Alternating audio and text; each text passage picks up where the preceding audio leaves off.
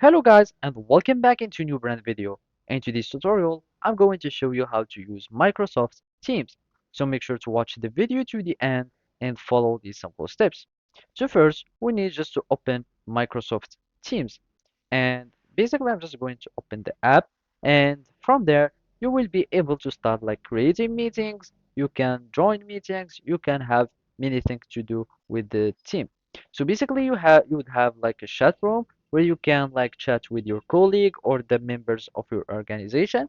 And the main actions or the main purpose of Teams is like creating meetings.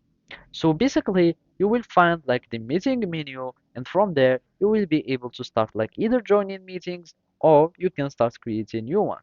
So to join a meeting, you will need just to click on join and then type the meeting ID. So basically, the meeting ID will be sent by the meeting host. You will add it. If there is a meeting passcode, you will need to add it too and click on join meeting. If you want to create your own meeting, you will need just to click on create meeting. You give it a title, my meet for example, and create and copy link. Now you can start like copying this link to your members so they can join your meetings, or you can simply schedule a meeting that will be created automatically in some dates that you choose.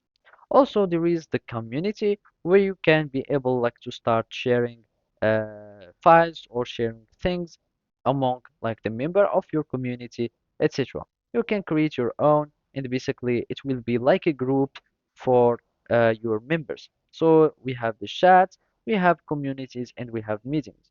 And of course, inside a meeting rooms, you might find like some apps that you can use. You can start like recording the meetings, etc., etc. So now let's join our meeting, and from there, let's just mute everything, and let's just click on join.